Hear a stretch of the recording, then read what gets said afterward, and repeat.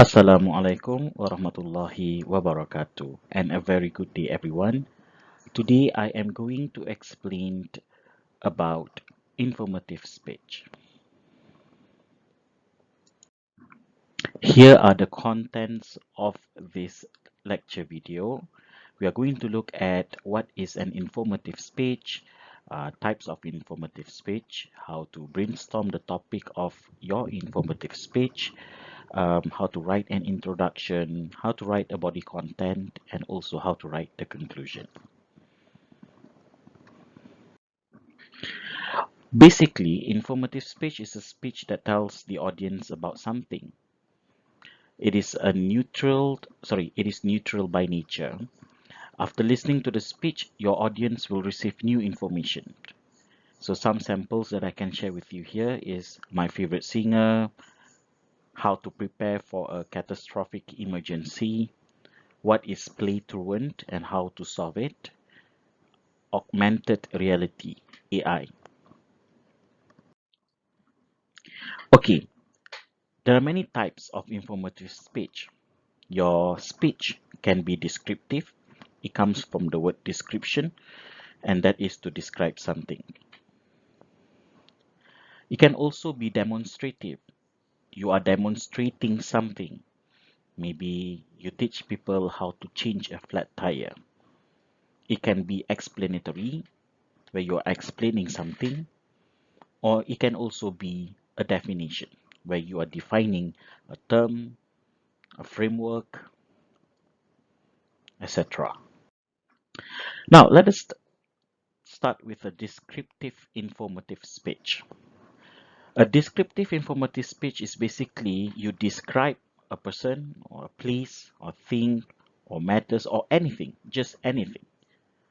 And a speaker will provide information only about the thing that he or she is describing. Now, for example, if let's say the topic is my favorite singer. Now, if you narrow it down, maybe you are going to focus only on one singer. Perhaps your choice is Datuk Sri Siti Nurhaliza. So you are going to describe Datuk Sri Siti Nurhaliza in your speech. Others like the one thing that I bring to sleep every night or place that I love to go during summer. The purpose of descriptive informative speech is you are just describing the object or the person or the thing or the event, and that's just it. Next is a demonstrative speech, whereby you demonstrate on doing things. Like, for example, how to prepare oneself for a catastrophic emergency, or maybe how to change a flat tire, or how to bake cookies. As you can see, this kind of topics, it involves process and procedures. Moving on, explanatory. I think most of us, most of you will be doing on explanatory informative speech, where you are going to explain about something. And this normally and usually requires an extended of research activity in which you are required to find more information to do more research about the topic.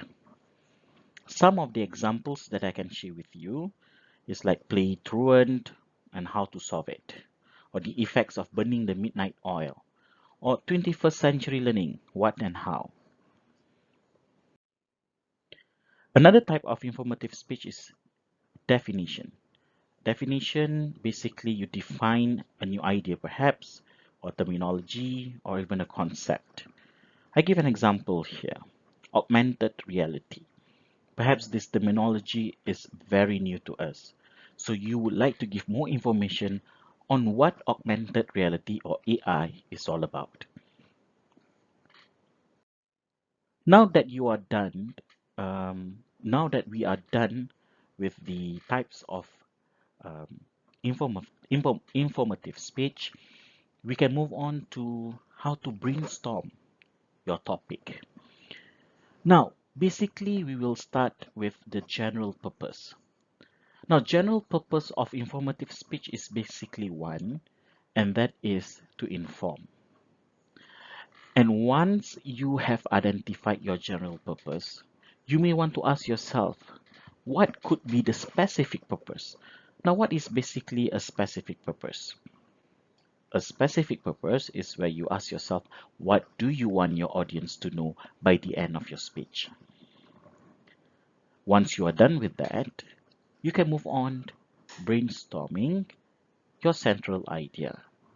The central idea is basically one sentence that tells me or that tells the audience what the speech is all about. Normally, it consists the three main points that you wish to deliver in your speech. Now, bear in mind, when you are delivering a speech, the structure of your speech is basically more or less the same with the structure of a 5-paragraph essay, whereby you have one paragraph to be the introduction, 3 paragraphs to be the content, and 1 paragraph to be the conclusion.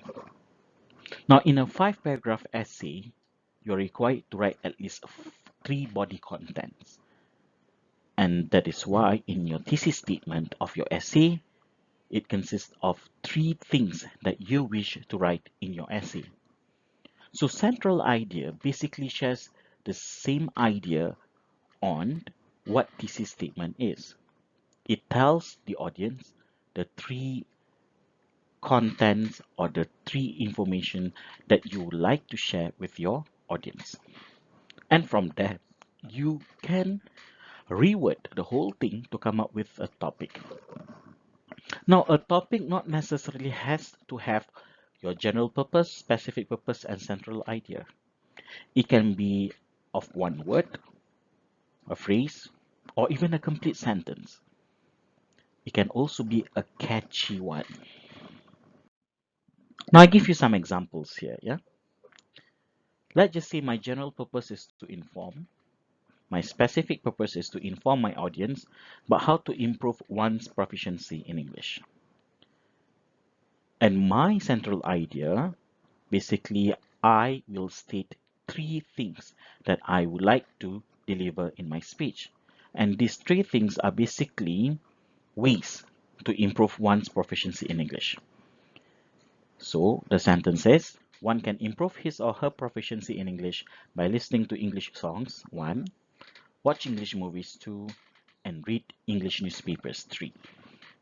Now from here, if you ask yourself, are these the only 3 things that we can actually use to improve one's English? Not necessarily. We can have more than 3. There are many ways that you can improve your English. But why did I choose these 3 things? Well, when you are delivering your speech, time is basically your enemy. You are given a duration of time to deliver your speech. I can talk hours and hours about how to improve one's English by letting you know many ways that are available out there. But then again, if let's say you are given 5 minutes to deliver a speech, do you think having like 5 or 6 or even 10 ways in improving one's English appropriate? I don't think so. So that is why I always feel that 3 is the best. You may have many ways, but you may want to choose the best 3.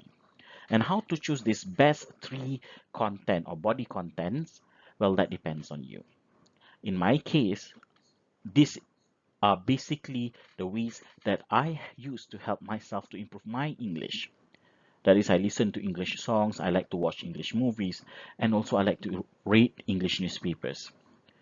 So because these 3 ways are very much dear to me, and I have experienced before, therefore I choose this. There are many reasons to why you choose the best 3. Another reason can also be because these are the 3 ways that are in which the information or materials to support the information are available a lot online. Sometimes you can come up with a lot of ways, but when you go and Google and find information about it, maybe there are only few research or there are only few studies done on it. So how to choose? Well, that depends on you. And this is how I come up with the the topic. 3 ways to improve one's proficiency in English. Simple as that. It can be very straightforward like this, or having these three, I can bet your English will be improved within 3 months. Something catchy, that is entirely up to you. And remember, a catchy topic can also arouse the audience interest. Everything is on you. Now let us talk about what are needed in your introduction. Now these are the criteria that will also be in the grading criteria in order for me to assess your speech. In your introduction, you should have an attention grabber. You must also establish your credibility. You must be able to greet your audience. You must mention or you must inform your topic and also your central idea. And you must also have a transition. Now, why do you need to have a transition? So that when I listen or watch your speech, I know that you are transiting from your introduction to your body content. Now let us look at a sample here. Have you ever imagined talking in English fluently like a native speaker? Now we may have that feeling whenever we watch an English or TV series. I myself at times feel that way too, but I know for sure feeling about it isn't enough. I have to do something to catch that dream. Good morning, ladies and gentlemen. Today, I would like to talk about 3 ways in improving one's proficiency in English. And they are watching English movies, listening to English songs, and reading English newspapers. Now let us start with the first way, and that is watching English movies, which can help to improve your proficiency in English. Now, as you can see here, I have color coded the sentences based on the criteria that are needed in your introduction.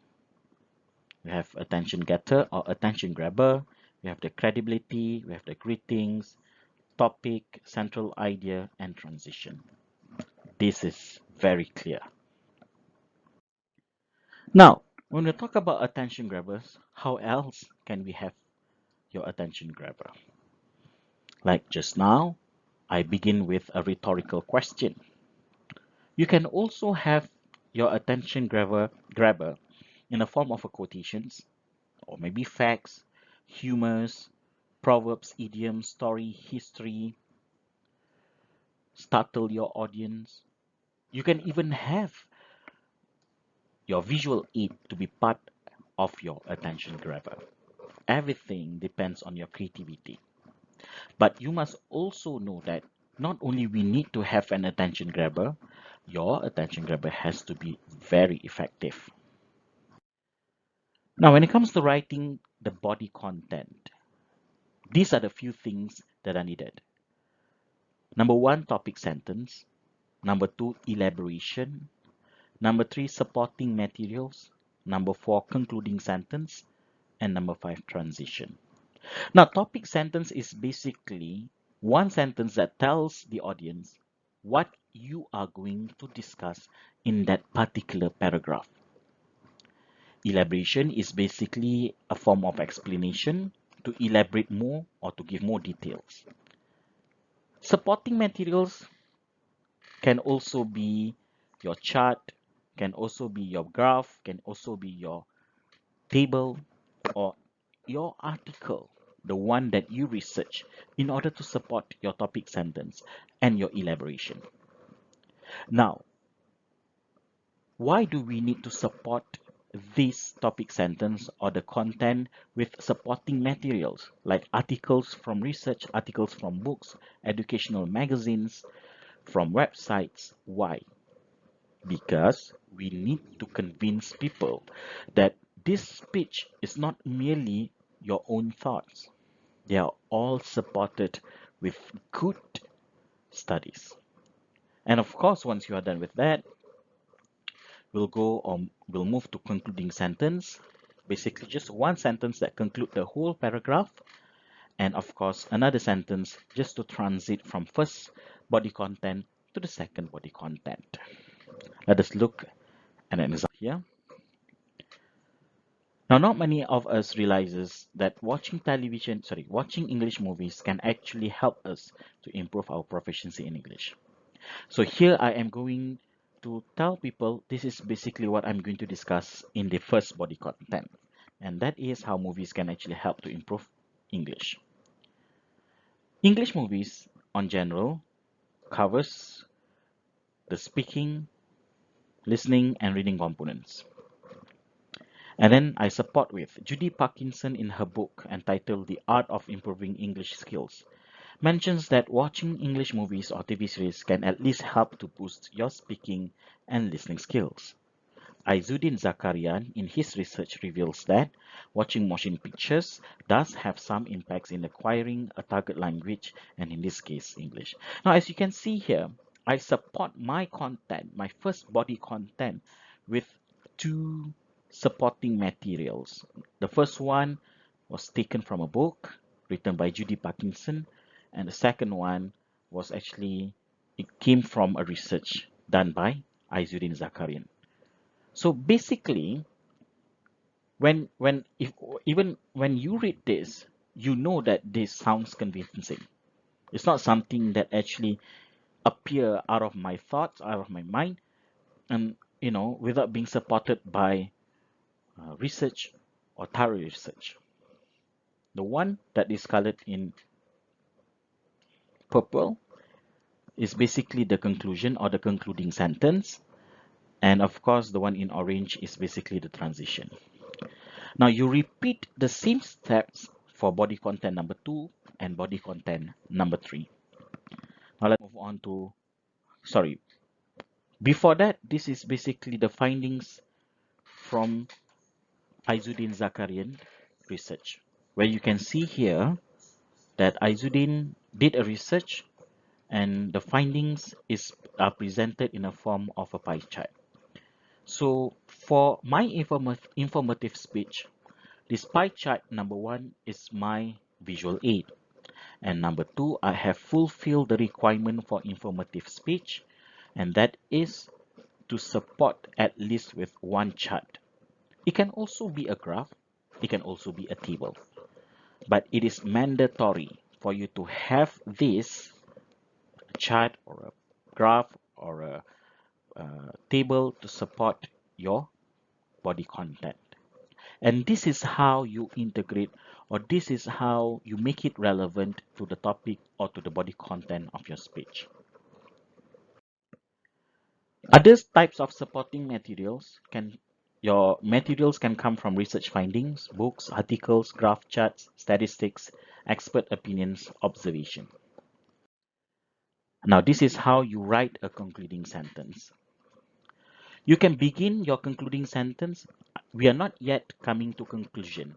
A concluding sentence is just one sentence to end your body content.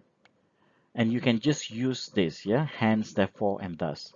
Do not begin with in conclusion, because this phrase is exclusively for your concluding paragraph. When you are ending your speech with a conclusion, normally we'll start with in conclusion. But if it is just a concluding sentence, so you can use hence, therefore, and thus. For your information, okay, I will skip this part first, yeah, because I think I have explained. Oh, sorry. Let me explain about the requirement of the body content, yeah. For your information, for your informative speech, you're required to develop only one body content. Okay, now why it is one body content instead of 3 body contents? Because you only have 5 minutes to present. But if you want to deliver all 3 body contents, it is acceptable. Why? Because provided that you have enough time within that 5 minutes. So although I have written here between 5 to 7, basically I have decided it will just be 5-minute presentation. And it is a requirement for you to have one paragraph, or one chart or one table to support your body content, any of your body content. Now, writing your conclusion is basically you restate the central idea, and then you express hope or solution, or you end with a simple one-liner. So this is an example of how writing a conclusion.